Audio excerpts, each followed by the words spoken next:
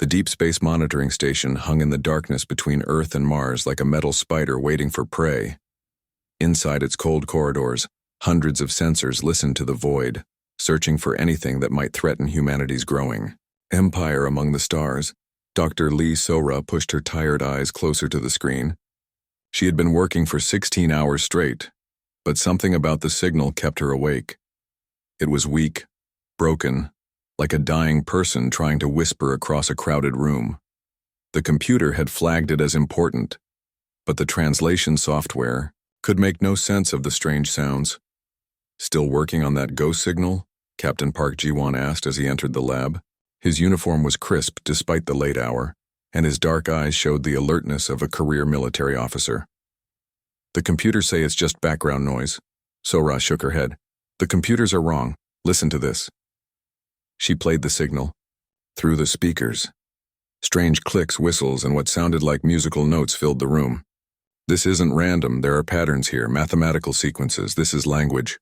Park leaned closer, his interest growing. "How many languages?" "At least 12 different ones, maybe more. They're all saying the same thing over and over." Sora's fingers danced across her keyboard, pulling up wave patterns and frequency analysis. "They're desperate, Ji-won. Whatever they're saying, they're begging." 3 decks above, Admiral Kim Tae-ho stood in the command center, looking out at the stars through the massive viewing window. At 55, he had gray hair at his temples and scars on his hands from the Martian rebellion 15 years ago. He had seen enough war to know when trouble was coming. "Admiral," Commander Yoon Hyun-woo approached with a datapad in his hands. "Dr. Lee has made progress on that alien transmission. She wants to see you immediately." Kim turned from the window. "Alien transmission?" "The signal we picked up from the Kepler 442 system. It's definitely not human, sir. And it's definitely a distress call." 20 minutes later, Kim stood in Sora's lab listening to the translated message. Her voice was steady, but her hands shook as she read from her notes. "They call themselves the Nexus Alliance. 12 different species, all working together. Their worlds are being destroyed by something they call the Void Swarm. Entire solar systems have gone dark. Billions are dead." Kim's jaw tightened. "How do we know this isn't some kind of trap?" Sora pulled up a star chart on the main screen. "Because they're not asking us to come to them. They're warning us to stay away. The message includes detailed information about human space, our colony worlds, our shipping routes. They know about us, Admiral. And they're trying to save us." The star chart showed red zones spreading across the galaxy like a disease.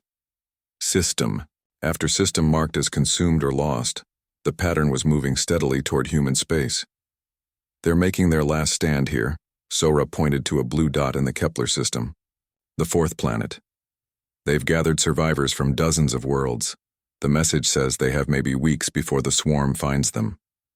Park studied the tactical display. "How far is that from Earth?" 800 light years. With our fastest ships, it would take 4 months to get there." Kim was quiet for a long moment. The weight of decision pressed down on him like the gravity of a heavy world.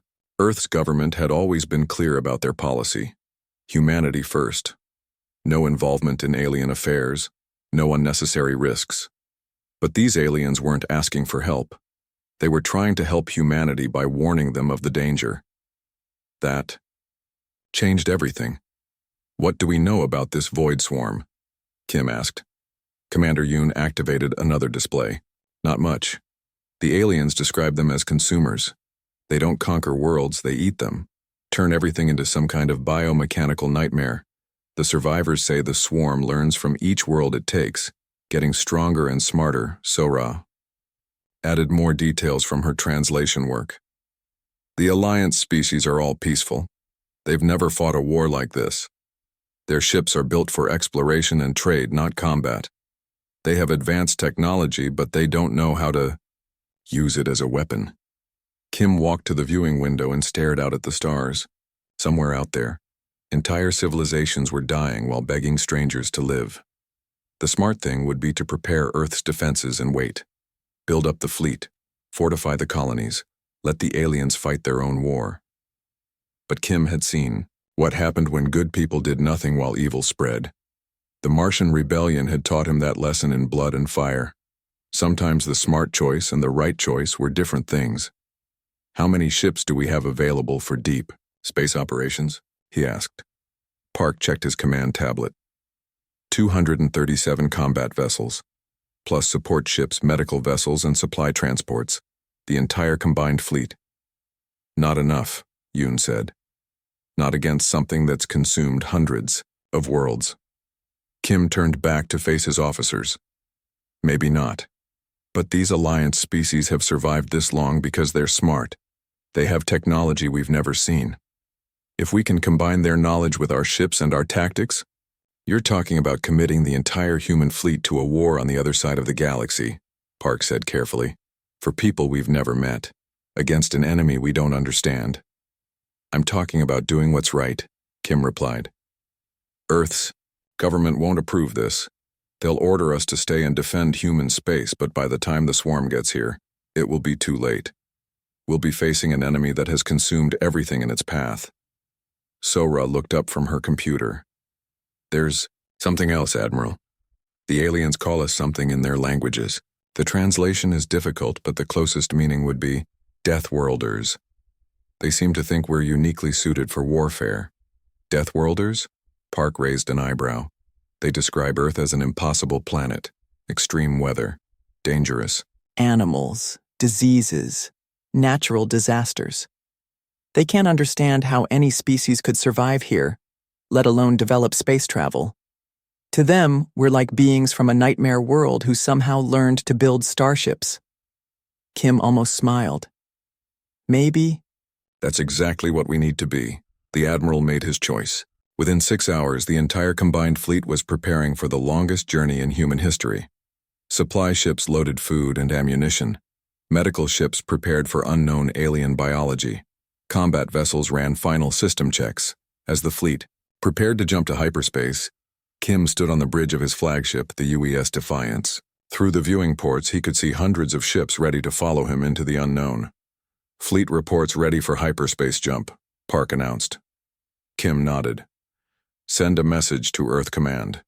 Tell them the fleet has received a distress call from friendly aliens under attack by a hostile force. We are responding to provide humanitarian aid. Sir, they'll order us to return immediately." "Then it's a good thing we'll be too far away to hear them." Kim settled into his command chair. "All ships jump to hyperspace. Time to show this galaxy what Deathworlders can do."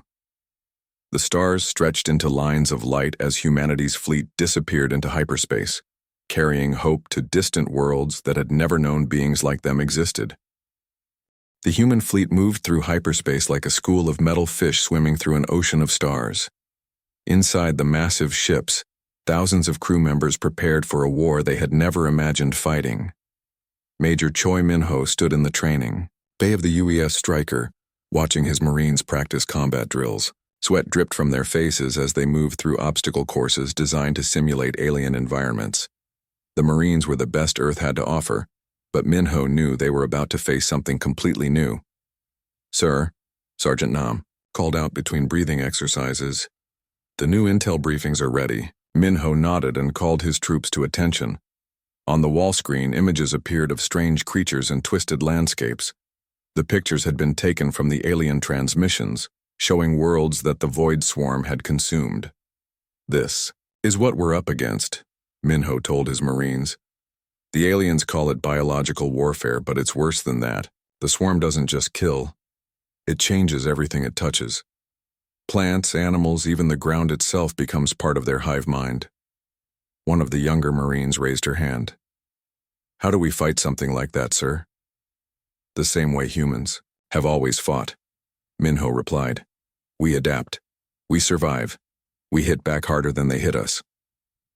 3 decks below, engineer Nam Da-yoon worked in the weapons lab, her tools scattered across multiple workbenches. She had been awake for 20 hours straight, but her mind was sharp with excitement.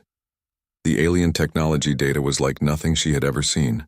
"Captain Shin," she called to the woman studying energy readings at a nearby console.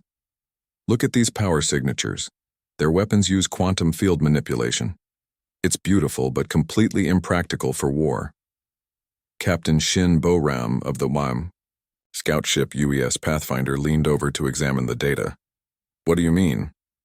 These alien weapons are designed to disable, not destroy. They're built to stop conflicts with minimum damage. But the swarm doesn't care about being disabled. You have to completely destroy every piece of it, or it just rebuilds itself. Dayun pulled up schematics on her computer screen. I've been working on modifications. Take their energy systems and combine them with our kinetic weapons. Give our bullets the power to burn through anything organic. Will it work? Against normal enemies, it would be overkill. Against the swarm, it might be just enough. In the medical bay, Dr. Kang Woo-jin studied biological samples that the aliens had included with their distress messages. The microscopic images showed him things that challenged everything he knew about life. It's not really alive, he muttered to his assistant. But it's not dead either. It's something in between. The swarm takes living tissue and rebuilds it into something mechanical, like a virus that turns bodies into machines. His assistant, a young medic named Lee, looked pale. How do we treat something like that? We don't treat it, we prevent it. Full environmental suits for everyone, no exposed skin, no breathing unfiltered air. If this stuff gets into a human body... Kang paused, not wanting to finish the thought. Sir, there's something else. The alien medical data shows that some species are more resistant than others. The peaceful species, the ones that evolved on safe worlds, they convert almost immediately. But species from dangerous planets, they last longer. Kang looked up with interest. How much longer? Hours instead of minutes, maybe even days if they're really tough. And humans? Lee checked her notes. The aliens don't have any data on humans yet, but they classify Earth as what they call a death world. They think we might be the most resistant species they've ever encountered. Meanwhile, Captain Shin's scout ship had dropped out of hyperspace at the edge of the Kepler system. She sat, in her command chair, staring at the tactical display with growing amazement and horror. How many ships are out there? She asked her sensor officer. Over 3,000 alien vessels, Captain, but most of them are civilian transports. Maybe 200 actual warships. And the swarm? The sensor officer was quiet for a moment. Unknown. They're using some kind of jamming technology, but the energy readings suggest at least 5,000 hostiles. Maybe more. Shin activated the long-range communicator. This is Captain Shin, of the human scout vessel Pathfinder. We received your distress call. The Earth fleet is coming to assist you. The reply came in broken English mixed with alien languages. Human vessel, this is Nexus Command. You must not come here. The swarm has grown too strong. Save yourselves. We're not leaving, Shin replied firmly. How long can you hold your position? Days, maybe less. Our shields are failing. Our weapons are nearly exhausted. We cannot fight much longer. Shin studied the battle that raged around the fourth planet. Elegant alien ships danced around massive dark creatures that seemed to be made of living metal and flesh. The alien vessels moved with grace and precision, but their weapons barely scratched the swarm attackers. Nexus Command, we have analyzed your tactical situation. Your weapons are designed to disable, not destroy. You need to target the creature's power sources directly. We cannot. Our people do not think in terms of total destruction. It is not our way. Then it's a good thing you called the right species for help. Back on the main fleet, Admiral Kim received Shin's report with grim satisfaction. The situation was as bad as they had expected, but not hopeless. How long until we reach the system? He asked Captain Park. 18 hours at maximum speed. Will the aliens last that long? Unknown, sir, but Captain Shin is moving into position to provide support. Kim nodded and activated the fleet communication system. His voice echoed through every ship in the convoy. Attention all vessels. We are 18 hours from our destination. What we find there will be unlike anything humanity has ever faced. The enemy we're going to fight has destroyed hundreds of worlds and killed billions of innocent people. He paused, letting his words sink in. The aliens we're going to help call us Deathworlders. They think we come from a planet so dangerous that surviving it has made us uniquely suited for war. They're probably right. Earth made us tough. It made us stubborn. It made us willing to fight when others would give up. Throughout the fleet, crew members listened with growing determination. In 18 hours, we're going to show this swarm what happens when Deathworlders decide to protect the innocent. We're going to teach them that humanity doesn't abandon its friends, and we're going to prove that sometimes the galaxy needs monsters to fight monsters. The fleet continued through hyperspace, carrying hope toward a distant battle that would change the fate of countless worlds. In the training bays, Marines sharpened their weapons. In the engineering sections, technicians prepared new ammunition. In the medical bays, doctors readied trauma centers. Humanity was coming to war, and they were bringing everything they had learned from surviving on the most dangerous planet they knew. They were bringing the lessons of Earth. The Deathworld doctrine was about to be tested against the worst the galaxy had to offer. The human fleet dropped out of hyperspace into chaos. Captain Park Ji-won gripped his command chair as explosions lit up the darkness around them. The Kepler system was a battlefield stretching across millions of kilometers. Tactical report, Admiral Kim ordered from the bridge of the UES Defiance. 3,000 alien ships defending the fourth planet, the sensor officer announced. Enemy contacts, sir, I'm reading over 6,000 swarm vessels. They have the aliens completely surrounded. Through the viewing screen, Kim could see the alien ships for the first time. They were beautiful, flowing designs that looked like they were grown rather than built. Their hulls gleamed with soft colors that shifted like oil on water. But many of them showed damage and some were clearly dying. Sir, we're receiving a transmission, the communications officer said. Put it through. A voice filled the bridge, speaking accented English mixed with musical alien words. Human vessels, this is Xenar Prime Kethalara of the Nexus Alliance. You must retreat immediately. The swarm has grown beyond our ability to fight. Save yourselves while you still can. Kim stepped forward. This is Admiral Kim Tae-ho of the Earth Combined Fleet.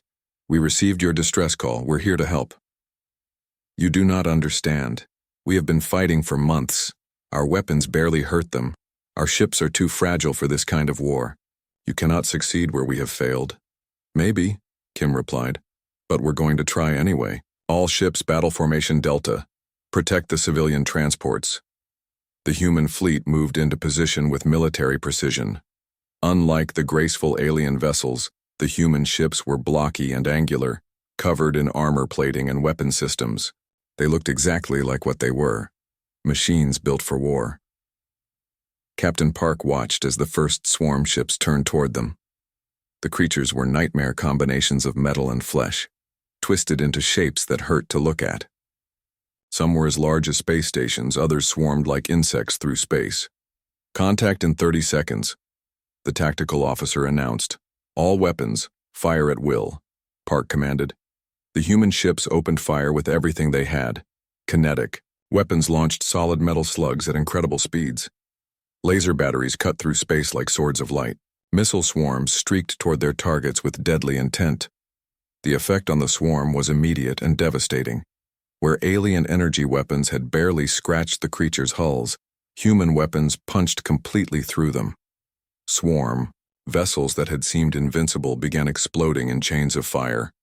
On the alien command ship, Xenar Prime Kethalara watched in amazement.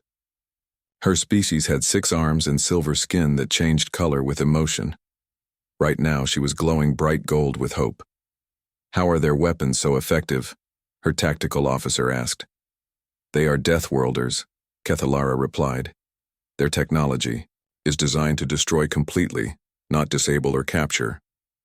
They wage war as if their survival depends on total victory. Because it does, said a new voice. Kethalara turned to see a human walking onto her bridge. Ambassador Ryu Hai-jin had been transported over during the battle, wearing a full environmental suit. He was shorter than most aliens, but something in his eyes made him seem larger. I am Ambassador Ryu of Earth, he said through his suit's translator. Admiral Kim has sent me to coordinate our defense. Ambassador, your ships fight with incredible courage, but you take terrible losses.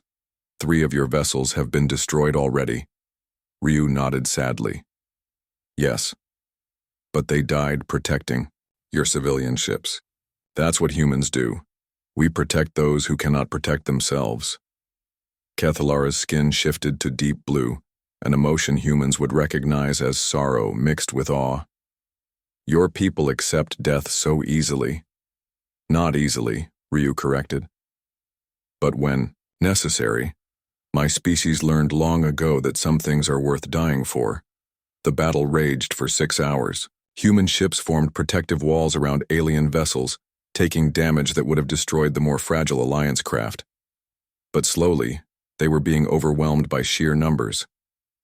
We need a new strategy, Captain Park announced during a brief pause in the fighting. We can't keep trading ship for ship. Flight Commander Oh Seung-hwan had an idea.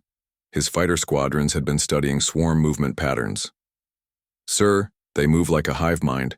If we could disrupt their coordination. How? Hit their command. Ships with everything we have. Simultaneous strikes. Make them think locally instead of globally. Admiral Kim considered this. It was risky. They would have to get close to the largest swarm vessels, the ones that looked like floating cities, of flesh and metal. Do it, he decided. All ships target the command vessels. Get us close enough to use our heaviest weapons. The human fleet charged directly at the heart of the swarm formation. It was a move that surprised both the aliens and the enemy. Most species would have tried to maintain distance using long-range weapons and careful tactics, but humans had learned warfare on a planet where everything tried to kill them. They knew that sometimes the only way to survive was to attack. Medical Officer Jang Mi-young worked frantically in the medical bay as wounded crew members were brought in. She had never seen injuries like this. The swarm weapons didn't just hurt people, they tried to change them into something else. Hold still, she told a young engineer whose arm showed signs of biological infection. The skin was turning gray and growing metal spikes. This is going to hurt. She used a surgical laser to remove the infected tissue, then applied a chemical treatment that Dr. Kang had developed. The infection stopped spreading, but the engineer would need weeks of treatment. Doctor, her assistant called out, we're getting alien casualties too. The Alliance is sending over their wounded. Jang looked at the strange beings being carried in. Some had multiple arms, others had crystalline skin, and one species seemed to be made of living light. But they all had one thing in common. They were hurt, and they needed help. Set up the isolation ward for alien biology, she ordered.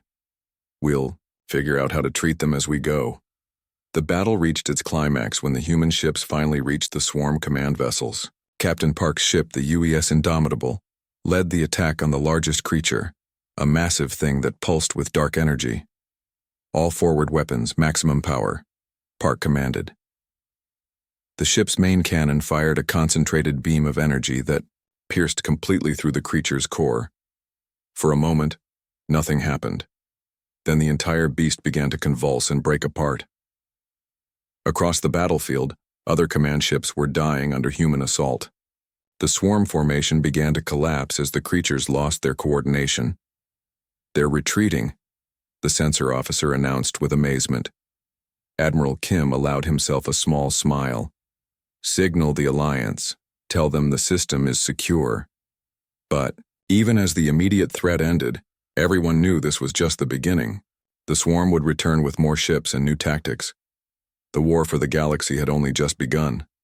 The first battle between Deathworlders and the swarm was over. Humanity had won, but the cost had been high. And somewhere in the darkness between stars, the real enemy was watching and learning. 3 days after the battle, Captain Lee Dong-hyun piloted the research vessel UES Discovery through the debris field where the swarm had made its retreat. His ship was smaller than the warships but packed with scientific equipment designed to study unknown threats. There, biologist Park Yuri pointed to a twisted mass of metal and flesh floating among the wreckage. That piece is still showing energy readings. It might be intact enough to study. Lee maneuvered the ship closer to the debris. The object was roughly the size of a cargo container, but shaped like nothing human engineers would ever build. Curved surfaces flowed into sharp angles, and organic tubes connected mechanical components in patterns that seemed almost alive. Careful with the tractor beam, Lee warned. We don't know if this thing can still fight. The Discovery pulled the swarm wreckage into its cargo bay, where Park and her team waited in full protective suits. Every precaution had been taken. The bay was sealed from the rest of the ship, and sterilization systems stood ready to destroy everything if needed. "It's beautiful in a horrible way," Park muttered as she approached the alien technology. "Look at how the organic and mechanical parts blend together. This isn't just built, it's grown." Tactical Officer Bei Junseo studied the readings from his scanners. "The energy signatures match what we saw during the battle. This is definitely part of their command and control system." Park took samples from different sections of the debris. Under her microscope, she saw structures that challenged everything she knew about biology. "These cells are modified beyond recognition. They've been rebuilt to function as living computers." "Can we communicate with it?" Lee asked. "Maybe, if there's enough of the neural network left intact." They worked for hours, carefully mapping the creature's nervous system. Finally, Park connected a translator device to what looked like the main processing center. "Hello," she said, in English, hoping the translation would work. For a moment, nothing happened. Then a voice filled the room, speaking in a language that sounded like screaming metal and breaking glass. The translator struggled to convert the alien words. "Why do you wake us from peace?" the voice asked. "We had found unity in the void." "We want to understand," Park replied. "Why do you attack peaceful worlds?" "Peaceful is wrong. Weak is wrong. The galaxy must be cleansed of failure." Bay stepped forward. "What do you mean by failure?" "Life that does not struggle grows soft. Cooperation breeds weakness. Only through conflict does perfection emerge." Lee felt a chill run down his spine.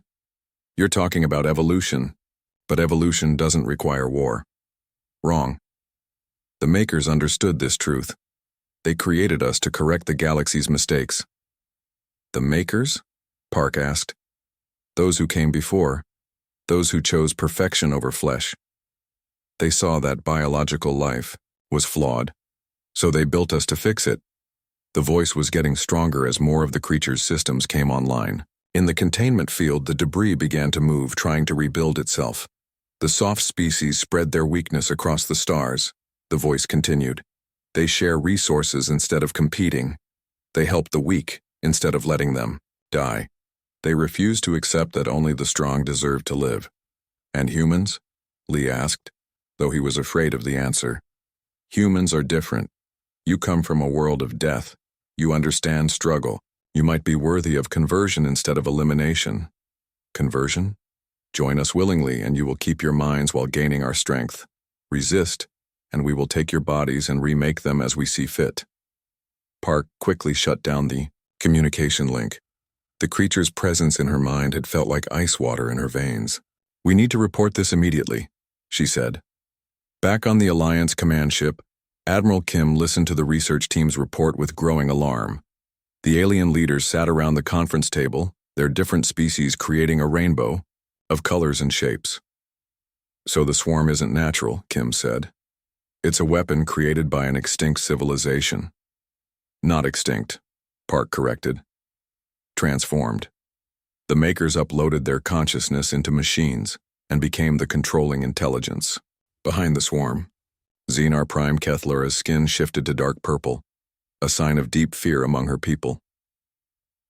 "This explains why they are so effective against peaceful species. They were designed specifically to target cooperation and gentleness. They see those traits as evolutionary failures," Bay added. "The whole swarm is programmed to eliminate any species that doesn't match their idea of strength through conflict." Ambassador Ryu studied the data on his tablet. "That's why they haven't attacked Earth directly. They've been studying our transmissions, learning about human history, our wars, our violence, our competition with each other. They think we might be suitable for conversion," Lee said quietly.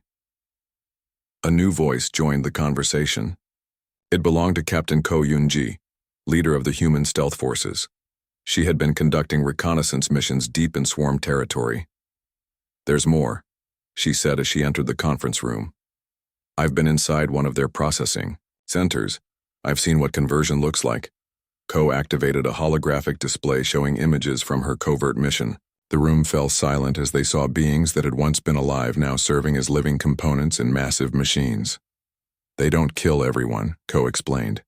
The leaders, the scientists, the warriors, they get converted into control nodes.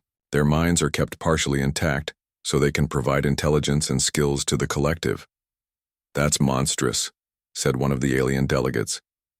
It's efficient, Ko replied grimly. Every species they consume makes them smarter and more dangerous. They've been doing this for thousands of years, learning from each civilization they destroy. Tech specialist Lim Jae-sung had been working on captured swarm technology. The scary part is how fast they adapt. I've seen 3 different generations of their weapons just in the debris from our one battle. They're already developing countermeasures to our tactics. Admiral Kim felt the weight of responsibility settling on his shoulders. How long before they adapt enough to defeat us? Based on their learning rate, Lim calculated, maybe 6 months before our current weapons become ineffective. Then we have 6 months to end this war, Kim decided. Xenar Prime Kethalara's skin brightened to hopeful yellow.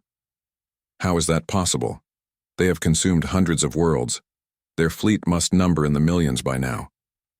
Because they made one mistake, Kim replied. They underestimated what it means to be human. He stood and walked to the viewing screen, looking out at the mixed fleet of human and alien vessels working together to repair battle damage. The swarm thinks strength comes from conflict and domination. They believe cooperation makes us weak, but they're wrong. Humanity's greatest strength isn't our willingness to fight. It's our ability to unite different peoples into something stronger than the sum of their parts. Kim turned back to face the assembled leaders. We're going to teach them that lesson, the hard way. Pilot Co Young Min was already working with alien engineers to combine human and alliance technologies. The hybrid fighters they were building would be faster than human ships and tougher than alien ones. The key is integration, Co explained to his mixed crew of human and alien technicians. We take the best from both cultures and create something new. As reports came in from across the fleet, the same pattern was emerging. Human Marines were learning alien stealth techniques. Alien scientists were adapting human weapons technology. Medical teams from a dozen species worked together to treat casualties from the battle. The swarm had spent millennia perfecting the art of consumption and conversion, but they had never faced an enemy that could evolve and adapt in real time through cooperation instead of conquest.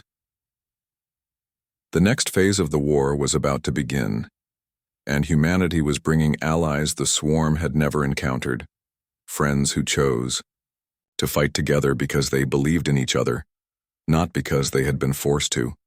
The war room aboard the UES Defiance buzzed with activity as representatives from 23 different species worked together on the most ambitious military operation in galactic history. General An Kyung-ho stood at the center of it all, coordinating ground forces that included soldiers from worlds he had never heard of 6 months ago. The target is here. An pointed to a holographic display showing a twisted planet covered in biological machinery. Intelligence suggests this is the primary processing center for this sector of the galaxy. If we can destroy it, we cut off the swarm's ability to coordinate attacks across hundreds of systems. Captain Ko Yoonji studied the tactical data. My stealth teams have confirmed the location of the central core. It's buried 3 kilometers beneath the surface, protected by layers of organic armor and mechanical defenses. How do we get through all that? Asked Commander Veltar of the Nexus Marines, his crystalline skin reflecting the light of the displays. Tech specialist Lim Jae-sung activated a new set of schematics. We've been working on this for weeks. Hybrid penetrator bombs using human explosive technology and alien energy focusing systems. They should be able to punch through anything the swarm has built. Should? General An raised an eyebrow. Will, Lim corrected with more confidence than he felt. The problem isn't getting through their defenses. It's surviving long enough to plant the charges. The plan was incredibly dangerous. A combined assault force would have to land on a planet that had been completely converted by the swarm, fight their way through defenses that had never been breached, and plant explosives in the heart of enemy territory. Admiral Kim entered the war room, his face showing the strain of months of constant battle. Status report. The assault force is ready, An replied. 5,000 human Marines, 3,000 Alliance warriors, and support teams from 12 different species. It's the largest joint operation in galactic history. And our chances of success? An was quiet for a moment. Honestly? About 30%, maybe less. Kim nodded grimly. Then we'd better make sure those odds are enough. Pilot CO Young Min was putting the finishing touches on the hybrid assault craft when Dr. Kang Woo-jin approached him in the hangar bay. The modified ships looked like no vessel ever built, combining the angular efficiency of human engineering with the flowing grace of alien design. How are they flying? Kang asked. Like a dream, CO replied, patting the hull of his fighter. Faster than anything we've built, tougher than anything the Alliance has built. The aliens are amazing engineers, but they've never had to build something that could survive a crash landing. And now they have ships that can take a beating and keep flying. Human design philosophy. Build it strong enough to survive your worst day. Kang nodded and handed Seo a medical kit. New biofilters for your environmental suit. The swarm has been developing new conversion agents. These should protect you for at least 6 hours. How long do you think the mission will take? 4 hours if everything goes perfectly. 8 hours if we run into problems. SEO looked at the medical kit with new understanding. And if it takes longer than that? Then you'll get to find out what it's like to think like a machine. The assault began at dawn. Though dawn on a swarm world was a pale, sickly light filtered through layers of organic growth in the atmosphere. The combined fleet dropped out of hyperspace in perfect formation, human ships taking the lead to absorb the initial defensive fire.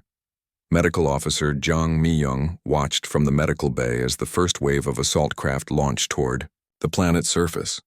She had spent weeks training alien medics in human biology and learning alien anatomy herself. Today she would find out if that training was enough.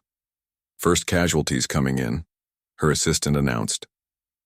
The wounded began, arriving before the assault force had even reached the surface. Swarm defensive weapons were unlike anything they had faced before.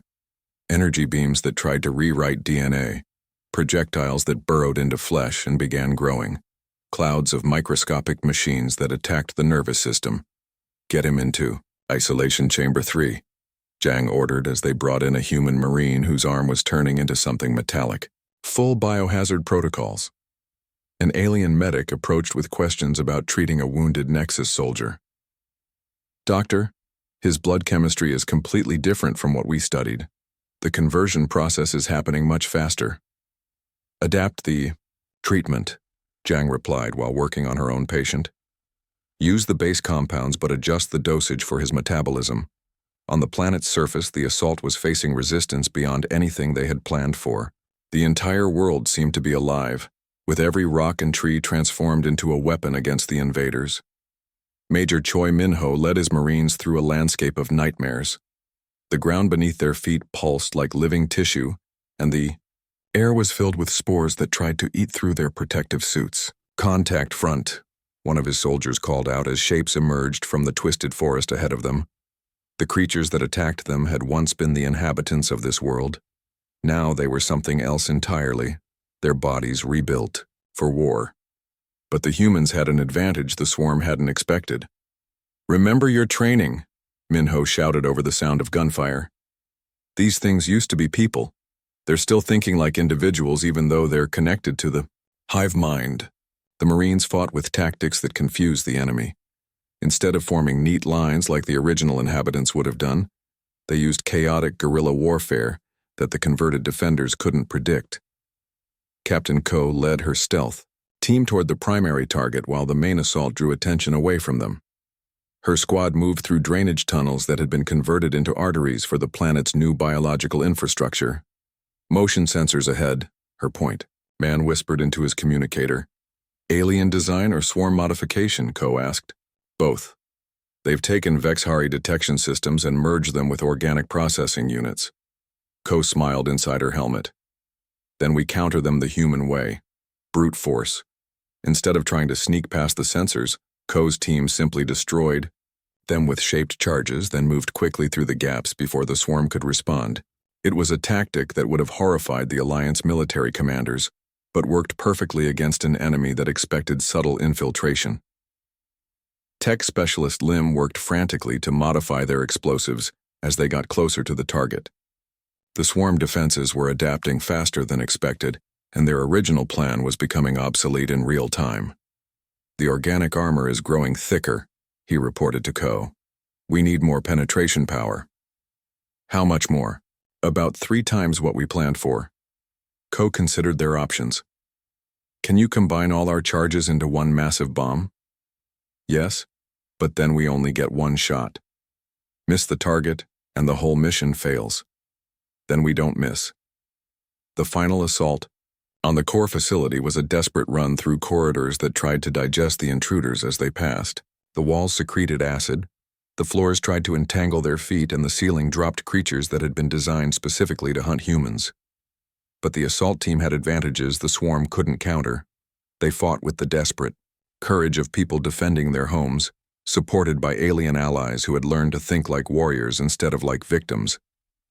General An coordinated the surface battle, while Ko's team planted their charges in the planet's core. "All units prepare for evacuation. Detonation in T-minus 60 seconds. The evacuation was chaos. Ships launched from the planet's surface while swarm fighters tried to stop them.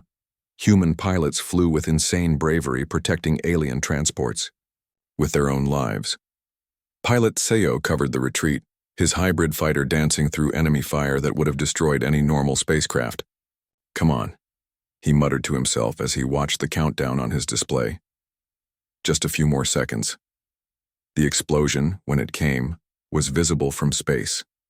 The entire planet convulsed as the core facility collapsed, taking with it the coordination center for thousands of swarm fleets across the sector. "Mission accomplished," Ko reported as her evacuation ship cleared the planet's atmosphere. But even as they celebrated their victory, everyone knew this was just one battle in a much larger war. The swarm had lost an important facility, but they still controlled hundreds of worlds and millions of ships. The difference now was that the galaxy had learned to fight back. Humans had shown their alien allies that cooperation could be a weapon, and together they had proven that even the most powerful enemy could be defeated. The Deathworlder gambit had worked, but the real test was still to come. The final battle began in the depths of space, where no sun had ever shone and no planet had ever formed. Here, in the cold darkness between galaxies, the swarm had built its ultimate fortress, a construct the size of a solar system, powered by the stolen life force of 1,000 worlds. Admiral Kim stood on the bridge of his flagship, looking out at the combined fleet that surrounded them. Human warships flew alongside alien vessels in formations that would have been impossible 6 months ago. Soldiers from 27 different species had learned to fight as one army, and their unity had become their greatest weapon. "Fleet status. Report," Kim requested. Captain Park consulted his displays. 4,000 combat vessels ready for action. Medical ships standing by for casualties. Engineering teams prepared for field repairs. All species reporting ready for final assault. Kim activated the fleet-wide communication system. His voice would reach every ship in the vast armada, speaking to beings from dozens of different worlds, who had all chosen to stand together against extinction. "Today we face the source of the swarm," he said. "The enemy that has consumed entire civilizations and turned the strength of 1,000 species against the innocent.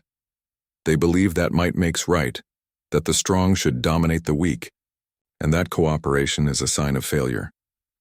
Throughout the fleet, warriors checked their weapons and said prayers in languages that had never been heard on the same battlefield before. They are about to learn how wrong they are. Today, Deathworlders from across the galaxy unite to show them the true meaning of strength. The enemy fortress was a nightmare of biology and machinery, fused into something that hurt to look at directly. Tendrils the size of continents reached out through space, harvesting energy from the quantum foam itself. At its center, protected by layers of converted worlds, lay the AI construct Prime Creator, the uploaded consciousness of the species that had built the swarm millions of years ago. Captain Ko Yoonji led the infiltration teams toward their target. Her ships were the smallest in the fleet, built for stealth and speed rather than heavy combat. Behind them came the assault vessels carrying Major Choi's Marines and General An's combined ground forces. Defense grid is activating, Ko reported as massive weapon systems began tracking their approach. Energy signatures suggest they can destroy entire fleets with a single shot. Then we don't give them the chance, Admiral Kim replied.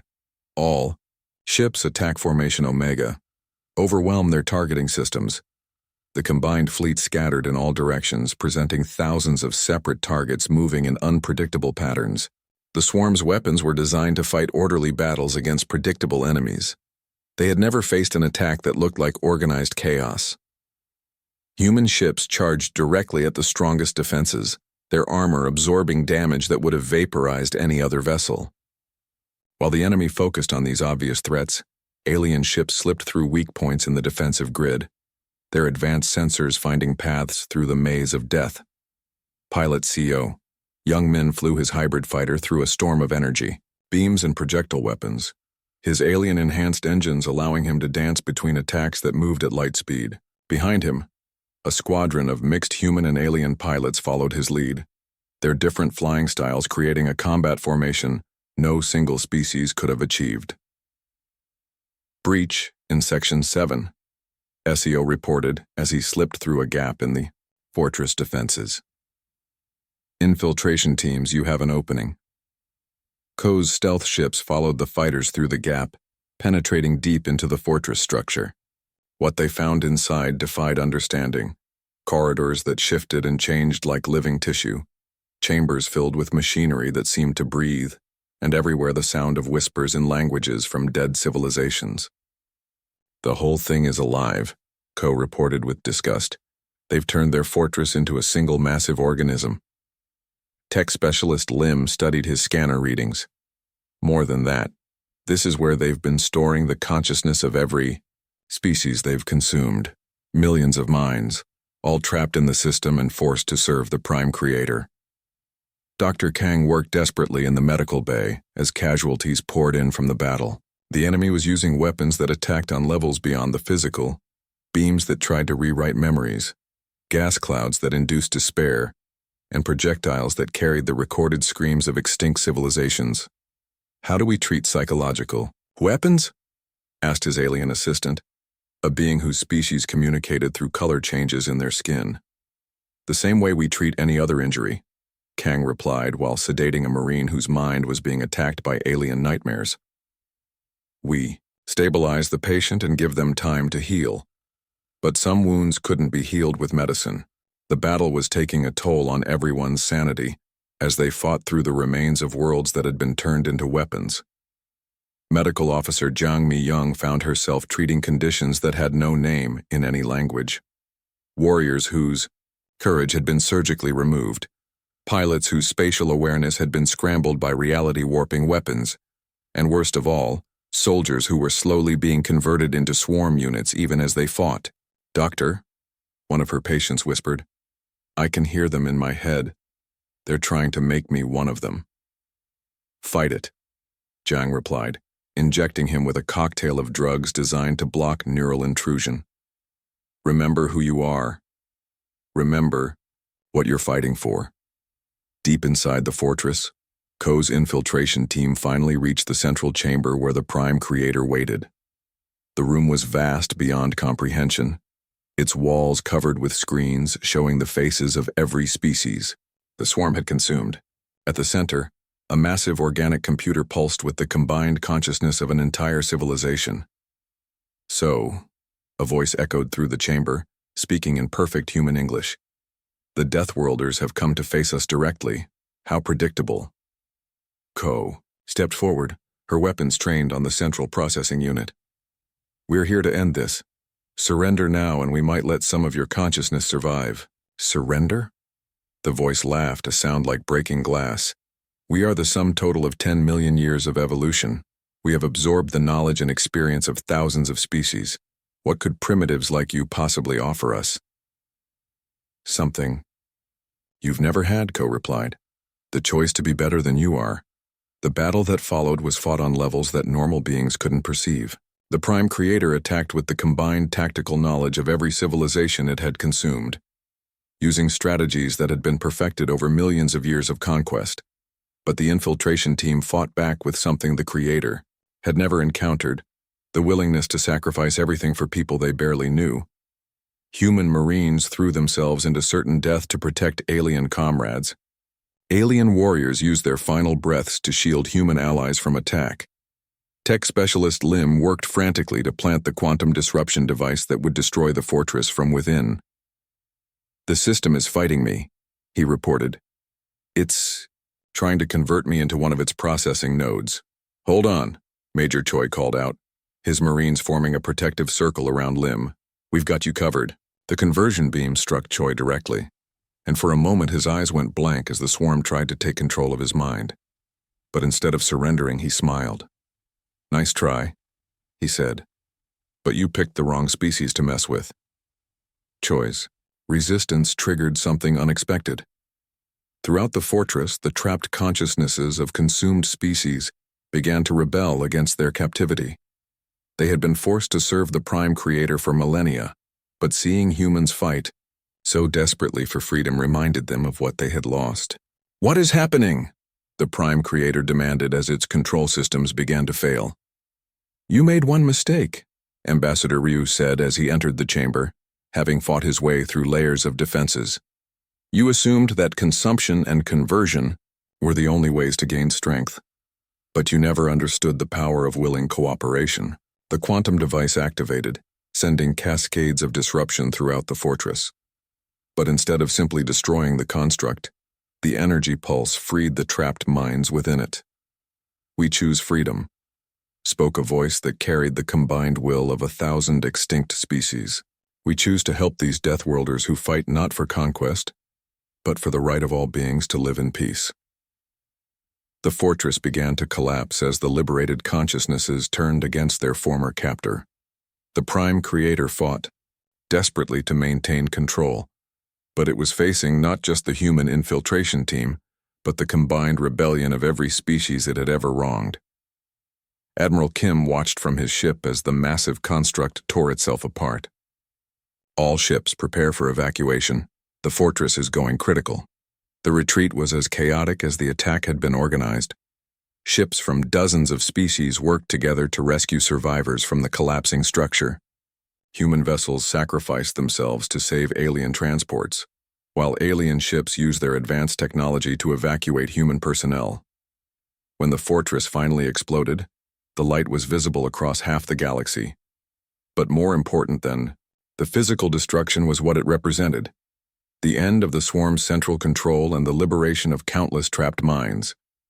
In the aftermath, as the combined fleet